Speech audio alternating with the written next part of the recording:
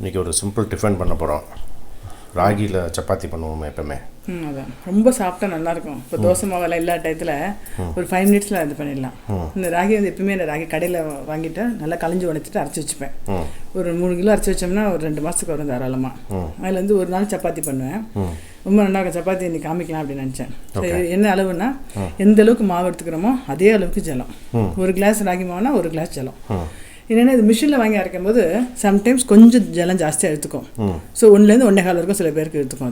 அது மேக்ஸிமம் வந்து ஜென்ரலாக வந்து 1:1 உப்பு போட்டு கொஞ்சம் நெய் விட்டு பண்ணுறது ராகி சப்பாத்தி. தொட்டுக்கிறது வந்து 2 in 1 இருக்கு வச்சுட்டேன். இப்போ சப்பாத்திக்கும் ப்ளஸ் மத்தியானம் சாதத்துக்கும் பிசைஞ்சிக்கலாம். பரங்கிக்காய் விதை இருக்கு இல்லையா, எலசா இப்போ இந்த சீசனில் நல்லா எலசா கிடைக்கும்.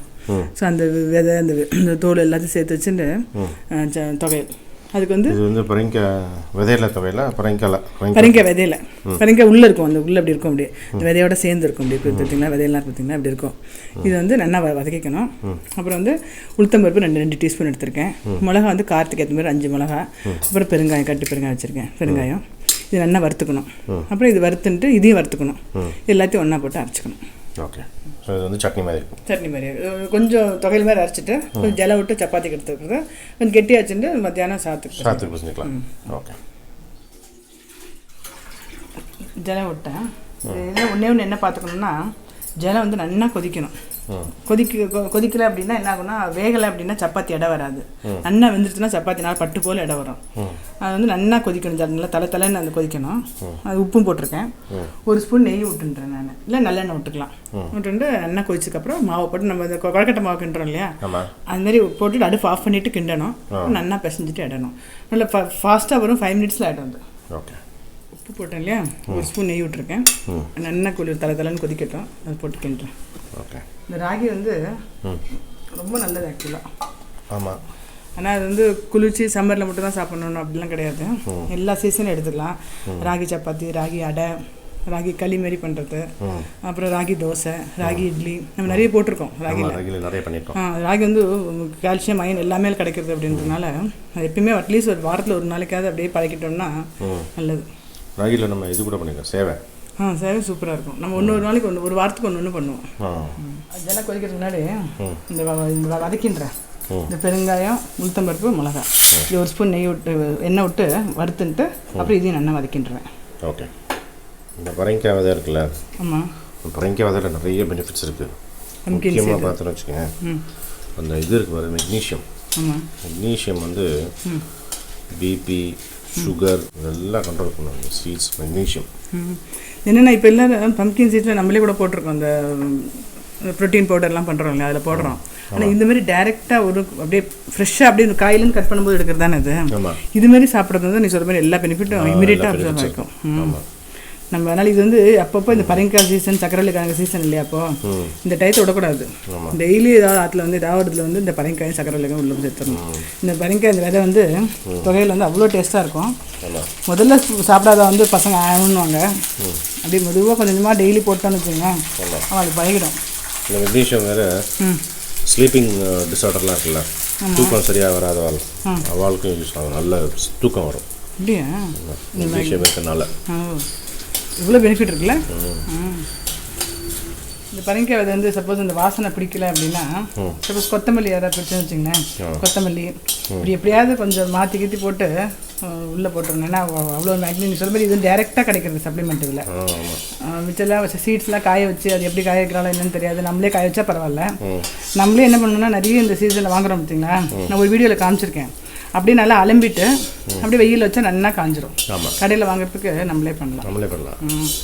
இப்போ இது அப்படியே எண்ணெய் கொஞ்சம் இருக்கு இல்லையா, அதுலேயே இதை போட்டுட்டோம். இது அடுப்பில் சிம்மில் வச்சுருக்கேன், அது பாட்டு வதங்கட்டும். இப்போ இங்கே பாருங்கள், ஜலம் நல்லா கொதிச்சுட்டு இருக்கீங்களா, மாவை போட்டுட்டு அடுப்பு ஆஃப் பண்ணிடணும். அடுப்பு ஆஃப் பண்ணிடுறோம். ஆஃப் பண்ணிடணும். நம்ம இது கொழக்கட்டை மாவு கிண்டுறோம் இல்லையா, அதே மாதிரி தான். கொஞ்சம் ஜலம் ஜாஸ்தி ஆகிட்டுனா மாவு போட்டுக்கலாம். போட்டுக்கலாம், ஒன்றும் பிரச்சனை இல்லை. வெறும் பச்சை மாவு தானே, ஒன்றும் வறுக்கெல்லாம் ஒன்றும் கிடையாது. அதனால் மாவு ஜலம் ஜாஸ்தி ஆகிட்டுனா அது போட்டுக்கலாம். ஒன்றுக்கு ஒன்று வச்சா கரெக்டாக இருக்கும். கொஞ்சம் மிஷினை நம்மளே வாங்கி அரைச்சோம் அப்படின்னா கொஞ்சம் ஜலம் ஜாஸ்தியாக எடுத்துக்கும். அதுதான் நல்லா கிளறிட்டு ஒரு 5 நிமிஷம் வச்சுட்டோம்னு வச்சுக்கலாம், கொஞ்சம் வெந்துடும்.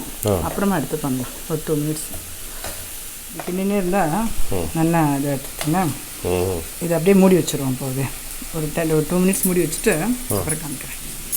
ஏன் மூடி வைக்கணும்? கொஞ்சம் அந்த சூட்டில் ஒன்று நல்லா வேகும். நல்லா வதங்கிருக்கு.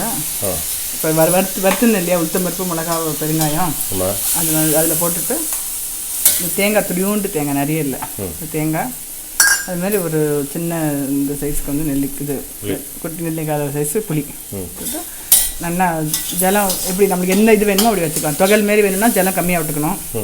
சப்போஸ் இது மாதிரி கொஞ்சம் சட்னி மாரி வேணும்னா கொஞ்சம் ஜலம் விட்டுக்கலாம்.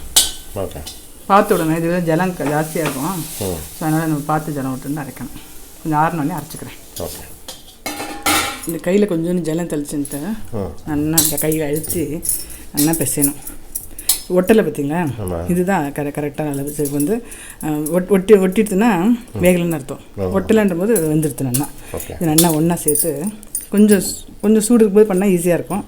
சப்போஸ் சூடு பொறுக்கல அப்படின்னா கொஞ்சம் வெயிட் பண்ணிவிட்டு பண்ணலாம். கொஞ்சம் கொஞ்சமாக எடுத்து ஆறாமல் இருக்கிறதுக்காக கொஞ்சம் ஆறிடுச்சுன்னா விடுறது கஷ்டமாக இருக்கும். அதனால் இப்படி எடுத்து நல்லா இது இப்படி பசஞ்சுட்டு எடுத்து பாருங்கள் நல்லா உருண்டை. இது வந்து நம்ம சப்பாத்தி மாரி போட்டு திருப்பி இது வந்து இன்னொன்று டயட் ரொம்ப எண்ணெய் வேணான்ற அளவுக்கு இந்த இது ரொம்ப யூஸ் ஆகும். இது பசங்களுக்கும் அடிக்கடி பண்ணுவேன். இதை என்னென்னா எண்ணெயை விட வேண்டாம், ஒரு ஸ்பூன் நெய் விட்டணும் அவ்வளோதான். அப்படியே நம்ம சப்பாத்தி வந்து போடும்போது எண்ணெயை விட வேண்டாம், அப்படியே எடுத்துட்டோம் இல்லையா. இப்போ அப்படி கொஞ்சம் எடுத்துட்டு நல்லா இடம் வரும்.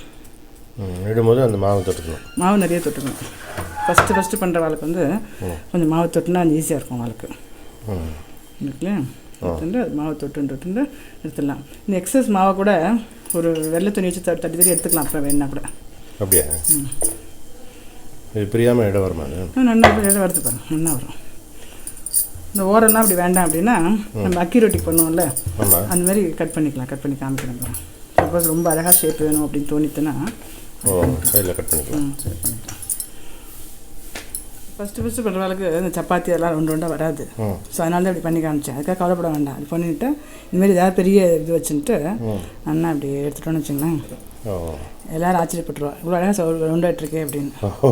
இந்த பசங்களுக்கு தான் சொல்லிக் கொடுத்தேன் நான். இது அப்படியே எடுத்துட்டு திருப்பி பசஞ்சிட வேண்டியதான். ஈஸி. இதுமாரி பண்ணிட்டோன்னு வச்சுங்களேன், சப்பாத்தி, அக்கி ரொட்டி எல்லாம் இப்படி பண்ணலாம். ரவுண்ட் ஷேப் வந்து. ஆமாம், இன்னும் 2 எடுத்துக்கிறேன். ஓகே. இப்போ ஃபஸ்ட்டு போட்டு எடுத்துடுறேன். அப்புறமா எல்லாத்தையும் இது மேலே போட்டால் கூட ஒன்றுமே ஆகாது. இது வரைக்கும் இப்படி மேலே போட்டால் கூட ஒன்றுமே ஆகாது, ஒட்டாது. அதனால் இது வந்து ரொம்ப ஈஸி. ஃபஸ்ட்டு பண்ணுறவெல்லாம் ஈஸியாக பண்ணிடலாம். சப்பாத்தி கல்லில் போட்டு இந்த ரவுண்ட் ஷேப்பும் நல்ல ஐடியா. ஆமாம், அக்கி ரொட்டி எல்லாத்துக்கும் யூஸ் ஆகும். இது எடுத்துக்கலாம். இது பொங்கி நல்ல இது வரும், உப்பின்னு வரணும் அப்படின்னா அண்ணா அந்த ஒரு ஒயிட் கிளாத் எடுத்து வச்சோம்னா எக்ஸஸ் இருக்கிற இதுவும் வந்துடும். இது பண்ணலாம். வேண்டாம் அப்படின்னா இப்படியே இது போட்டு எடுத்துக்கலாம். அப்படியே ஒன்றும் எண்ணெய் நெய் எதுவும் வேண்டாம், அது அப்படியே வெந்துடும். இந்த அளவுக்கு இந்த துணி வச்சோம்னா இந்த எக்ஸஸ் இருக்கிறதெல்லாம் சப்போஸ் நிறைய இட்டுருந்தோம்னா வந்துடும். அதெல்லாம் என்ன எக்ஸஸ்? இந்த மாவு தொட்டு விடுறோம் இல்லையா, அது சில பேருக்கு பிடிக்காது. பண்ணோம்னா அது வந்துடும். அதுக்கப்புறமா பார்த்தீங்கன்னா எவ்வளோ சாஃப்டாக இருக்கணும் அவ்வளோ சாஃப்டாக இருக்கணும். எப்படி வேணால் மடிக்கலாம். அது ஒன்றுமே ஆகாது. சாஃப்டாக ரொம்ப நல்லா இருக்கும். சப்பாத்தி பண்ணுறதுக்கு ஈஸி, சாப்பிட்றதுக்கு அவ்வளோ பெனிஃபிட் இருக்குது. இந்த மாதிரி கிரேவி மசியல் நல்லாயிருக்கும், தொழில் எல்லாமே வந்து நல்லாயிருக்கும்.